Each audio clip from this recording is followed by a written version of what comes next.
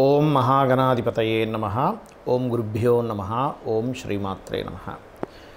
మనం ఈరోజు జూలై మాసంలో గ్రహస్థితి ఏ విధంగా ఉంది, దాని మూలంగా ఎవరెవరికి ఎటువంటి ఫలితాలు జరగనున్నాయి అనేటువంటి విషయం చెప్తుంది. నేనైనప్పటికీ కూడా చెప్పిస్తుంది సాక్షాత్ లలితామ్మ వారిగా భావిస్తూ, ముందుగా అసలు గోచారం ఎలా ఉంది అని చూసుకున్నట్లయితే, మీనరాశిలో శని, వృషభంలో స్వక్షేత్రంలో శుక్రుడు, మిథునంలో గురువు యొక్క సంచారం జరుగుతుంది. ఆ యొక్క శుక్రుడు 26వ తేదీ వరకు అక్కడ ఉంటాడు. 27వ తేదీ నుంచి గురువుతో శుక్రుడు కలుస్తాడు. అదేవిధంగా మనకి కర్కాటకంలో బుధుడు ఉన్నాడు. మరియు అదేవిధంగా సింహరాశిలో కుజుడు కేతువు యొక్క సంచారం జరుగుతుంది. కుంభంలో రాహు. ఇక చంద్రుడు ప్రతి 2.5 రోజులకు ఒక్కో రాశి మారుతూ ఉంటాడు. అయితే ఈ యొక్క విషయాల వల్ల, అంటే ఈ గ్రహస్థితి వలన ఎటువంటి స్థితిగతులు ఉంటాయి, అలాగే ఏ పరిహార మార్గం చేసుకోవడం ద్వారా దాని నుంచి బయటపడతాం అనేటువంటి విషయాలు మనం ఒక్కొక్క లగ్నరీత్యా తెలుసుకుందాం. లగ్నం తెలియని వారు రాశి నుంచి చూసుకోండి. ధనుర్లగ్నము ధనస్సు రాశి. ధనస్సు వారికి సర్వసాధారణంగానే ఇక్కడ కలిగినటువంటి గ్రహస్థితి చూసుకుంటే డబుల్ ట్రాన్సిట్ ఏమో లగ్నం మీద ఉంది. అదేవిధంగా లగ్నాధిపతి వెళ్ళి సప్తమంలో కూర్చున్నాడు. ఇది ప్రధానంగా మీకు ఒక పరిపక్వత రావడానికి, మీ లైఫ్లో ఒక మంచి స్టేజ్కి వెళ్ళడానికి ఇది తోడ్పడుతుంది. అందులో ఎటువంటి సందేహం లేదు. అలాగే సప్తమ స్థానంలో ఎప్పుడైతే గురువు ఉన్నాడో, ఇది ఇచ్చేటువంటి రిజల్ట్స్ ఏమిటి? వివాహ సంబంధించినటువంటి ప్రయత్నాలు సఫలీకృతం అవుతాయి దీనివల్ల. అలాగే మరొక విషయం ఏంటంటే, ఇక్కడ గమనించుకున్నట్లయితే 2వ అధిపతి ఎప్పుడైతే 4వ స్థానంలో ఉంటున్నాడో, ఇది ప్రధానంగా కొంచెం సాధారణంగానే అర్ధాష్టమి శని ఉన్నప్పుడు నేను ఒకటే మాట చెప్తాను, అయ్యా ఏమి కొంపలు మునిగిపోవు, కొన్ని జాగ్రత్తలు తీసుకోండి సరిపోతుంది. లాట్ ఆఫ్ చార్ట్స్ చూసిన అనుభవంతో చెప్తున్నా. కంగారు పడడం వల్ల, భయపడడం వల్ల ఏమీ మార్పులు రావు. సింపుల్గా ఏం లేదు. వాహనం కొంటున్నాము, ఎక్కువ లోన్లు పెట్టి కొనేసుకుంటున్నామా? గృహం కొనుక్కుంటున్నామా, ఎక్కువ లోన్స్ పెట్టి కొనేసుకుంటున్నామా? డబ్బులు ఒక ఉదాహరణకు ₹1,00,000 అవుతాయి అనుకుందాం, ఒక 2-3 ఫ్లోర్లు బిల్డింగ్ కట్టడానికి. మనం ఏం చేస్తాం, 20-30 లక్షలు ఉన్నాయి కదా, మిగతావి నేను బయట నుంచి వస్తాయి, లేకపోతే మా ఇంట్లో మా అన్నదమ్ముల మధ్యన ఒక పొలం ఉంది కదా, అది అమ్మేస్తాను కాబట్టి నాకు డబ్బులు వచ్చేస్తే ఆ స్థలం అమ్మేస్తాను, వస్తాయి, ఏముందులే స్టార్ట్ చేస్తే వస్తాయి ఇలా అనుకుంటారు. ఇక్కడ జరిగే విషయం ఏంటంటే, మీరు ప్రారంభిస్తారు కానీ అక్కడ అది అమ్ముడుపోకపోవడం వల్ల, అన్నదమ్ములు ఒప్పుకోకపోవడం వల్ల ఆ డబ్బు రాదు. తీరా గబా ఒక 3 ఫ్లోర్లు స్లాబ్లు వేసేసి పిల్లర్లు లేపేసి ఆ డబ్బులు అయిపోతాయి. డబ్బులేమో లేవు, లోన్ ఏమో రాదు. ఒక్కోసారి మీ సిబిల్ స్కోర్ తక్కువ ఉందంటారు. అయ్యే డబ్బులన్నీ పిల్లర్లలోని ఈ స్లాబ్లోని పెట్టేశాను, నేను సొంత ఇంటికి వెళ్ళలేకపోయాను, ఇది చేయలేకపోయాను. పోనీ 30 లక్షలు పక్క పెడితే, ఓన్ మనీ పక్క పెడితే చేయి బదులు తీసుకుంటారు. ఒక 10 లక్షలు 15 లక్షలు ఏముంది, ఈ లోన్ వస్తే డబ్బులు ఇచ్చేద్దాం. అవి ₹2 ₹3 తీసుకోవడం, వాటికి ప్రతి నెల వడ్డీలే కొన్ని వేలు కడుతూ ఉండడం, వచ్చిన శాలరీ దాన్ని ఇట్లాంటివి ఇరుక్కుంటారండి అర్ధాష్టమి శని నడిచేటప్పుడు. ఈ ఒక్క విషయం కనుక మీరు జాగ్రత్తగా ఉన్నారా, బిందాసి ఏం ప్రాబ్లం ఉండదు. అలాగే నెగ్లిజెన్సీ చేయకూడదు హెల్త్ విషయంలో. చిన్నదే కదా ఏమవుతుంది అనేది ఎప్పుడూ పనికిరాదు. మన బాడీ ఎప్పుడు కూడా మనకి చెప్తూ ఉంటుంది. ముందే ఒక 24 గంటల ముందే, 48 గంటల ముందే, వారం రోజుల ముందే హింట్ ఇస్తూ ఉంటుంది, నువ్వుకి ఇది రాబోతుంది, జాగ్రత్త పడు అది మనం పట్టించుకోవాలి. అర్ధాష్టమి శనిలో ఉన్నప్పుడు 4వ స్థానం అనేటువంటిది ఎప్పుడు కూడా ఇమ్యూనిటీని తగ్గించే స్థానం. అక్కడ శని సంచారం జరిగేటప్పుడు కొంచెం నర్వ్స్లోని ఇబ్బంది రావడం ఇట్లాంటివి ఇస్తూ ఉంటాయి. కాబట్టి ఈ యొక్క విషయాల్లో జాగ్రత్తగా ఉండాలి. ఇక ప్రధానంగా మరొక విషయం ఏంటంటే, మీకు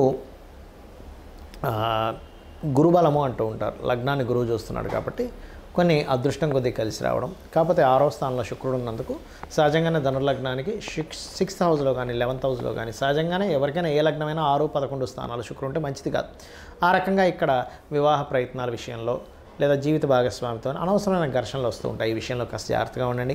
తండ్రి గారితో ఏదైనా మీరు లాంగ్ జర్నీ చేసేటప్పుడు అతనికి కనుక హెల్త్ బాగోకపోతే కాస్త మరింత కేర్గా ఉండండి. కొంతమంది ఇళ్లలో తండ్రి కొడుకే ఉంటారు, లేకపోతే తల్లి కొడుకే ఉంటారు. తల్లి కొడుకు కంటే కూడా తండ్రి కొడుకు లేదా తండ్రి కూతురే ఉంటారు. ఒక్కోసారి వాళ్ళ ఫ్యామిలీస్ దూరంగా ఉండడం వల్ల ఏదో కారణాల వల్ల అటువంటప్పుడు సింగిల్గా మీ తండ్రి గారిని వదిలేటప్పుడు కాస్త జాగ్రత్తగా ఉండండి. బికాజ్ ఆఫ్ మీ యొక్క లగ్నం నుంచి భాగ్యస్థానంలో కుజకేతులు ఉంటున్నారు. బ్యాంక్ ట్రాన్సాక్షన్స్ చేసేటప్పుడు కొంత జాగ్రత్తగా ఉండండి. ఎక్కువగా నరసింహస్వామి యొక్క కరావలంబ స్తోత్ర పఠనం చేయండి. అన్ని విధాలా మీకు బాగుంటుంది. నన్ను చాలామంది అడుగుతున్నటువంటి కొన్ని ప్రశ్నలకి ఇప్పుడు ఈ వీడియోలో నేను మీకు చెప్తాను. చాలామంది ఏంటంటే నన్ను అడుగుతున్నటువంటిది, అసలు ఒక జన్మజాతకం తీసుకున్నప్పుడు అందులో అస్సలు మహాదశ కానివ్వండి, యోగాలు కానివ్వండి సరిగ్గా లేక చాలా దారుణమైనటువంటి స్థితిలో ఉన్నప్పుడు కూడా మనం బయటపడవచ్చా అన్నది చాలామంది అడిగారు. నేను ఒకటే గుర్తుపెట్టుకోండి, మొట్టమొదటిగా మనం అర్థం చేసుకోవాల్సింది ఏంటంటే గ్రహాలు మిమ్మల్ని దారుణమైన స్థితిలోకి తీసుకెళ్ళట్లే. మీ యొక్క పూర్వజన్మ కర్మే మిమ్మల్ని ఈ దారుణమైన స్థితిలోకి తీసుకొచ్చింది. అది బ్యాడ్ కర్మ అయితేనేమో ఒక రకంగా ఫైనాన్షియల్గా, హెల్త్ పరంగా, అపకీర్తి పరంగా అన్ని విధాలా ఇబ్బంది పడతాం. గుడ్ కర్మ ఉంటే అదే పరంగా మనిషి ఒక స్టేజ్కి వెళ్తాడు. అయితే మనం ఇక్కడ అర్థం చేసుకోవాల్సింది ఏంటంటే కర్మ మనల్ని ఆ స్టేజ్కి తీసుకెళ్తుంది.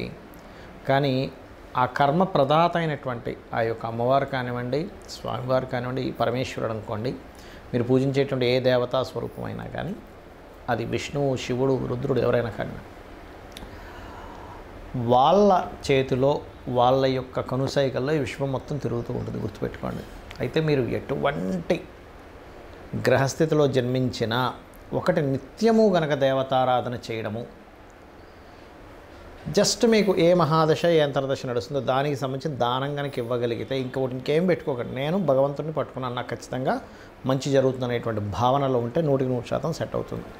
ఇక రెండవ ప్రశ్న ఏంటంటే, కొంతమంది ఈ మధ్య నన్ను అడిగారు, ఏమండి ఇప్పుడు ఇవాళ రేపు ఎక్కువ సిజరన్స్ అవుతున్నాయి కదా, సిజరన్లో పుట్టినటువంటి వ్యక్తికి కూడా గ్రహాల యొక్క ప్రభావం పడుతుందా అని. ఒకటే గుర్తుపెట్టుకోండి, మనకి పూర్వజన్మ కర్మ వల్ల గ్రహ ప్రభావం అనేది మన మీద ఉంటుంది. ఇప్పుడు సిజరన్లో పుట్టినంత మాత్రం ఆ వ్యక్తి జ్వరం లేకుండా లేదు, ఆ వ్యక్తికి అంటే సి సెక్షన్ చేసి బయటికి తీస్తారు న్యాచురల్గా కాకుండా. అదేవిధంగా ఆ వ్యక్తికి ఏ ఇబ్బందులు రాకుండా ఉండట్లేదు, ఎందుకంటే మంచి కర్మ లేదా మనం ఒక బ్యాడ్ కర్మ చేసామా, మంచి కర్మలు చేసుకున్నామా అనేది పూర్వజన్మ దీన్ని బట్టి ఉంటుంది. అయితే ఇక్కడ మరొక క్వశ్చన్ దీనికి అనుసంధానంగా ఏమడుగుతున్నారంటే, ఇప్పుడు మనం పెట్టినటువంటి ఒక ముహూర్తంలో పెట్టుకుంటాం అంటే చాలామంది అడుగుతుంటారు, ఏమండి ఇలాగా న్యాచురల్ డెలివరీ అవ్వదు, సో మీరు ఎవరినైనా పురోహితుల్ని లేకపోతే ఆస్ట్రాలజర్ని కనుక్కొని పలానా 1 వీక్లో మీరు ఒక మంచి రోజు చూసుకొని చేసుకోండి, పలానా టైం అని చెప్తూ ఉన్నప్పుడు ఆస్ట్రాలజర్ని సర్వసాధారణంగా తల్లిదండ్రులు వాళ్ళు పడ్డ కష్టాలు కాకుండా వాళ్ళ పిల్లలైనా బాగుండాలనేటువంటి ఒక మంచి ఆలోచనతో వస్తారు. తద్వారా పలానా రోజు చేసుకోండి బాగుందని చెప్పడం జరుగుతుంది. అయితే ఇక్కడ ఏంటంటే క్వశ్చన్ ఏంటంటే, చాలామంది మరి అలాగ మనం ముహూర్తం పెట్టినప్పుడు ఆ వ్యక్తికి అన్ని కర్మలు పోతాయా ఒక మంచి ముహూర్తంలో పుట్టినప్పుడు అంటే, ఒకటే చెప్తాను నేను మీకు, మనం పెట్టడం కాదు అసలు అక్కడ ముహూర్తం. ఆ జీవుడు అక్కడ పుట్టాలని రాసి పెట్టుంటే ఈ యొక్క ఆస్ట్రాలజర్కి కావచ్చు లేదా పంతులు గారికి ఎవరికైనా మన టెంపుల్స్లో ఉండే పురోహితులు ఎవరైనా పలానా రోజు చేసుకోండి అని చెప్పినప్పుడు వాళ్ళ ఆ జాతకుడు మంచి పుణ్యకర్మలు చేసుకుని ఉంటే ఖచ్చితంగా ఆ టైంకి పుట్టేస్తాడు వీళ్ళు పెట్టిన ముహూర్తానికి. లేదనుకోండి, నేను చాలా కేసెస్ చూసింది ఏంటంటే, మంచి ముహూర్తం పెట్టినా కూడా జీవుడికి ఆ టైంలో పుట్టే యోగం లేదు. అంటే ఆ జీవుడు పలానా కర్మలు అనుభవించడానికి ఒక పర్పస్ కోసం పుడతారు. ప్రతి ఒక్కరు కూడా ఖచ్చితమైన ఒక పర్పస్ ఉంటుంది. ప్రతి జీవి ఒక పర్పస్ కోసం పుడుతుంది. ఆ పర్పస్ కోసం పుట్టేటప్పుడు ఏ సమయంలో పుట్టాలో ముందే డిసైడ్ అయి ఉంటుంది. మనము పలానా ఉదాహరణకి ఇప్పుడు ఇది జూన్ మాసం నడుస్తుంది అనుకుందాం, జూలై 10వ తేదీయో పెట్టాం, కానీ వాళ్ళు జూలై 9వ తేదీ తల్లికి కాస్త పెయిన్స్ స్టార్ట్ అయిపోయి ఇమీడియట్లీ హాస్పిటల్లో తీసుకెళ్ళి జాయిన్ చేసేసి డెలివరీ చేసేస్తారు, ఆపరేషన్ చేసేస్తారు. ఎందుకంటే పెయిన్స్తో ఉన్నప్పుడు 10వ తేదీ దాకా ఆఖరిగా 9వ తేదీ వస్తే ఆ రకంగా జరుగుతుంది, గుర్తుపెట్టుకోండి. కానీ సర్జరీ చేసినప్పుడు పుట్టిన అంటే సి సెక్షన్లో పుట్టిన న్యాచురల్గా డెలివరీ అయినా ముందే ఫిక్స్డ్. కాకపోతే ఏంటంటే కొంచెం వీళ్ళు చేసుకున్న పుణ్యం ఉంటుంది, తల్లిదండ్రులు చేసుకున్న పుణ్యకర్మలు ఏవైనా ఉంటాయి, అవి కొంతవరకు వీళ్ళని సరైన సమయంలో పుట్టేలాగా కూడా తోడ్పడుతుంది. అయితే ఇక్కడ చాలామంది ఏంటంటే భయపడుతున్న అంశాలు ఏలినాడు శని, కాలసర్ప యోగం, ఇది చాలా పెద్ద ఎఫెక్ట్ ఇస్తుంది అనేటువంటిది ఒక మిత్తులో ఉంటున్నారు. ఒకటి గుర్తుపెట్టుకోండి, నేను చాలా వీడియోలు చెప్పాను, మళ్ళీ చెప్తున్నా, 180 మంది ప్రెసిడెంట్ల జాతకాలు నెట్లో నేను సెర్చ్ చేసి చూశాను. అందులో 90% ఆఫ్ ఈ యొక్క ప్రెసిడెంట్లకి కాలసర్ప యోగం ఉంది. అంటే ఒక్కసారి మనం ఆలోచించినట్లయితే, మరి వాళ్ళు ప్రెసిడెంట్లు అయ్యారే కాలసర్ప యోగం ఉన్నప్పుడు మనం ఎందుకు మన జీవితం ఏదో పాడైపోతుందని ఆలోచిస్తున్నాము అనే ఒక్క చిన్న లాజిక్ పాయింట్ మీరు అర్థం చేసుకుంటే సెట్ అవుతుంది. అంటే ఎందుకు అంటే వాళ్ళ పర్సనల్ చార్ట్స్లో ఓ దేశానికి నాయకుడు అయ్యే యోగం ఉంది. కొంతమందికి కాలసర్ప యోగం ఉన్నప్పుడు మంచి డాక్టర్స్ అయ్యారు, మంచి లాయర్లు అయ్యారు, ఐఏఎస్లు ఐపీఎస్లు కూడా ఉన్నారండి. ఇంకా చెప్పాలంటే అంటే ఏమిటి అంటే వాళ్ళ కాలసర్ప యోగం కేవలం మనకు శాస్త్రంలో చెప్పింది ఏమిటి అంటే, మీకు చాలా స్పష్టంగా నేను చెప్పబోయేది ఒకటే, కేవలం ఇది దేశకాల పరిస్థితులకు మాత్రమే కాలసర్పయోగాన్ని చూడాలి. జన్మజాతకానికి అసలు అప్లై చేయకూడదు, గుర్తుపెట్టుకోండి. ఏమండి లేదండి నాకు దానివల్ల అవుతుంది, అదంతా మిమిత్తం చెప్తాను నేను. ఖచ్చితంగా మీ యొక్క నెగటివ్ థింకింగ్ వల్ల అలా అనిపిస్తుంది, దీనివల్లే అవుతుందేమో అని. కానీ వేరే వేరే కారణాలు ఉంటాయి. సంపాదించలేకపోతున్నాము, సెకండ్ లార్డ్ ఎక్కడో ఇబ్బంది పడి ఉంటాడు, ఉద్యోగం రావట్లేదండి కాలసర్పయోగం వల్ల. మీ 10th లార్డ్ చూడండి ఫస్ట్, మీ 10వ అధిపతి ఏమిటి, ఎలా ఉంటుందంటే అన్నిటికీ కూడా తలనొప్పి వచ్చిన కాళ్ళకి ఆయిల్ రాసుకున్నట్టుగా ఉంటుంది పరిస్థితి. కాబట్టి అలా కాదు. 10వ అధిపతి ఏమిటి, వివాహం అవ్వట్లేదు కాలసర్పయోగం అనుకుంటారు, కాదు. మీ 7వ అధిపతి ఎలా ఉన్నాడు, వివాహ జీవితంలో గొడవలు అయిపోతున్నాయి, విడాకులు అయిపోతున్నాయి. 12వ అధిపతి ఎలా ఉన్నాడో చూడండి. ఆరోగ్యం బాగాలేదు, 4, 5, 6 అధిపతులు ఎలా ఉన్నారో చూడాలి. ఇలా ఒక్కొక్క దానికి పర్టికులర్గా శాస్త్రంలో కొన్ని ఫార్ములాస్, కొన్ని భావాలు చెప్పబడింది. అలాగే ఏలినాడు శని విషయంలో కూడా మీరు గుర్తుపెట్టుకోండి, ఎప్పుడు కూడా శని అనగానే వెంటనే మనం నెగిటివ్గా వెళ్ళిపోయి నాకేం కలిసి రాదు, నేను ఏం చేసినా కలిసి రాదు, అది కాదు. కర్మకారకుడు, కర్మప్రదాత, ఆయనకు ఒక పోర్ట్ఫోలియో ఇవ్వడం జరిగింది. మీ మంచి చెడు కూడా ఆయన ఇస్తాడు.